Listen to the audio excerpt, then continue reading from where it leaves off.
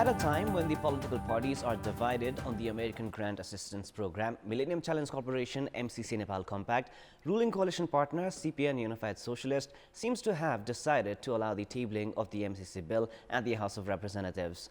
The tabling of the compact at the Parliament and its fate remains to be decided as Nepal nears the deadline set by the United States for its ratification from the Parliament.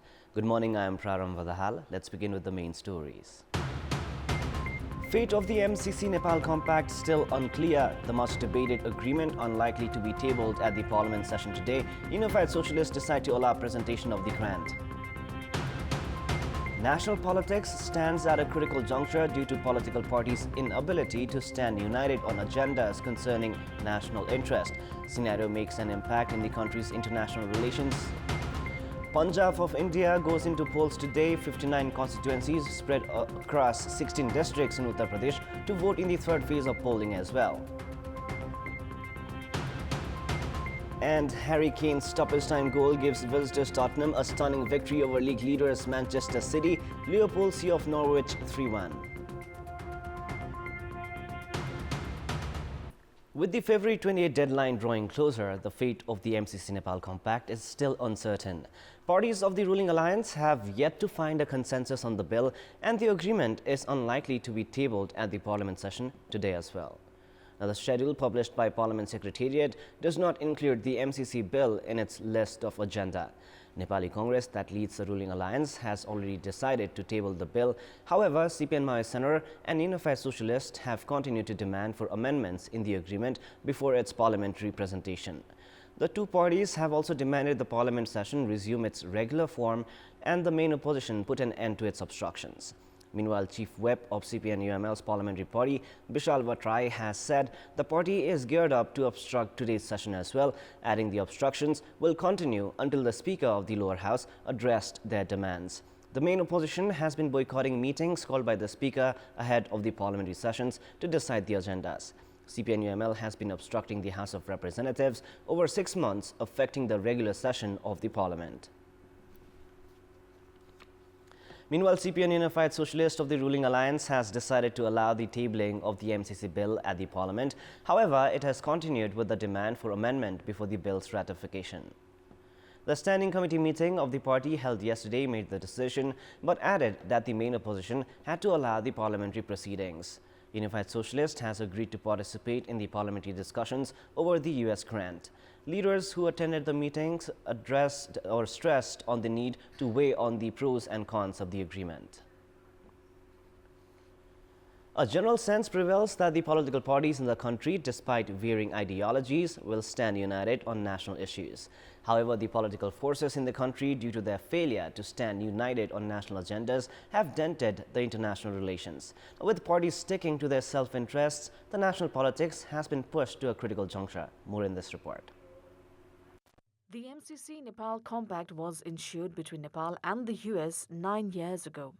The then Prime Minister Baburam Bhattarai and the 8 Prime Ministers since the signing of the compact have assured the agreement partner Washington of endorsing the MCC project.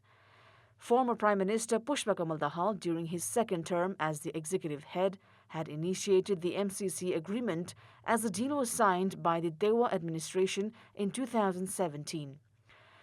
The leaders, while at the helm of the government, refrained from publicly floating their stand on MCC, while presently there is a clear divide among the parties in terms of endorsing the MCC grant. With parties trying to reap political benefit out of MCC pact, there has been enhanced interest shown by foreign powers. During the previous Oli-led government, main opposition Nepali Congress had maintained a conspicuous silence on the multi-million-dollar US grant, a scenario well mirrored by the present main opposition CPN-UML as Nepali Congress heads the government. The rest of the political parties are also firmly divided over the MCC agenda, giving way to foreign powers, China and the US, waging an indirect and what could be called a war of words. The scenario sadly has had an adverse impact in the country's international relations and diplomacy, which a developing economy like Nepal could ill afford. The Embassy of the United States of America in Nepal has clarified that the ratification of the Millennium Challenge Corporation (MCC) grant was Nepal's sovereign decision. The U.S. Embassy in Nepal issued a statement saying that whether Nepali leaders ratify MCC was a decision for Nepal to make as a sovereign democratic nation and Nepal's decision alone. The statement further adds that the $500 million MCC grant was a gift from the American people and a partnership between the two nations that will bring jobs and infrastructure to Nepal and improve the lives of Nepalis. The embassy has said that the project was requested by the Nepali government and the Nepali people and was designed to transparently reduce poverty and grow the economy of Nepal. The Nepal Oil Corporation (NOC) has increased the price of petroleum products yet again. The NOC has revised the price of petroleum products effective from last midnight based on the new price list of the Indian Oil Corporation. And based on the new price list, petrol, diesel and kerosene have become dearer by 3 rupees each. Petrol will now cost 145 rupees per litre, while diesel and kerosene will be available at 128 rupees per litre. The latest revision has seen fuel prices reach record high in Nepal. Meanwhile, the NOC has not revised the prices of cooking gas or the LPG and the aviation fuel. Nepal has witnessed numerous movements and political upheavals in its journey to federalism. However, the People's Movement in 1951 to end the Rana regime and establish democracy is always remembered with a special significance. In this special report by our correspondent Ramesh Thamala, we look back on how Nepal's political sphere and the lives of the general public has changed or not changed since the advent of democracy 7 years ago. The Rana regime lasted roughly between 1846 to 1951 as the control of the government firmly rested in the hands of the Rana family. However, in 1950, Nepali Congress and Rashtriya Praja Parishad announced an armed protest against the autocratic regime. The protest, backed by the then King Tribhuvan, was successful in the dawning of democracy in the country. A trilateral meeting was held in India between King Tribhuvan, the Ranas and Nepali Congress, heralding democracy in the Himalayan nation. This was considered a milestone in Nepal's history, bringing hopes of unprecedented progress for the country and its people. However, several glitches followed thereafter as the next monarch, King Mahendra, scrapped the elected government to kick off the Panchayat era. The parties and the general public alike continued to fight against the partyless system, and consequently, democracy was restored in 1989. However, the national politics quickly turned bitter with the Maoist insurgency period that lasted between 1996 to 2006.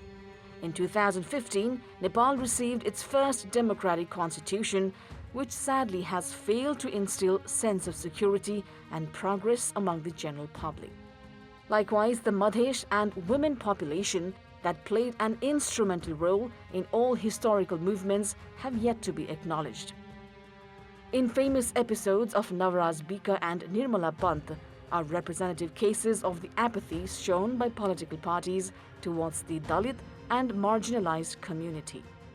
Political actors who have been at the forefront of national politics for the past 3 decades have failed to prioritize the issues of the general public, giving way to public resentment against parties and their leaders. In our Public Voice segment, we have asked people in several provinces if they think their votes in the previous elections were well utilized. Let us now take a look at what they had to say. Public Voice. समस्याहरू समाधान नगरेको अनुभव चाहिँ जनताले गरेका छन्। खानेपानी र बाटोघाटो कुनै पनि निर्माणका कुराहरू अगाडि सुस्त रूपमा गएका छैनन्। उपयुक्त काम गरेको पाइएको छैन। नेताहरूले दिएको आश्वासन सबै झुट भइरहेको छ। गरिबी धेरै बढ्यो, महँगाई बढ्यो, खानेपानी पनि राम्रो आछ।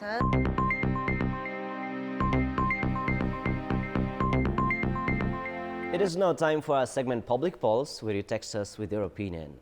Public Pulse. The question is, what is your take on the Department of Archaeology not having records of heritages? Your options are A. Not understanding heritage value, B. Height of irresponsibility, and C. Lack of resources. The voting is on. You can type NEWS, select your option A, B or C, and then send it to 34001 to share your opinion with us. And now before we wrap up, here's a look into the top stories one more time. fate of the MCC Nepal Compact still unclear. The much debated agreement unlikely to be tabled at the Parliament session today. Unified Socialists decide to allow presentation of the grant at the lower house. National politics stands at a critical juncture due to political parties' inability to stand united on agendas concerning national interest. Scenario makes an impact in the country's international relations and diplomacy. Punjab of India goes into polls today. 59 constituencies spread across 16 districts in Uttar Pradesh to vote in the third phase of polling as well. And Harry Kane's stoppage time goal gives visitors Tottenham a stunning victory over Premier League leaders Manchester City. Liverpool see off Norwich 3-1. So that is all for the moment. Our next English bulletin will air at 11 a.m. Thank you for staying with us. Have a beautiful day ahead.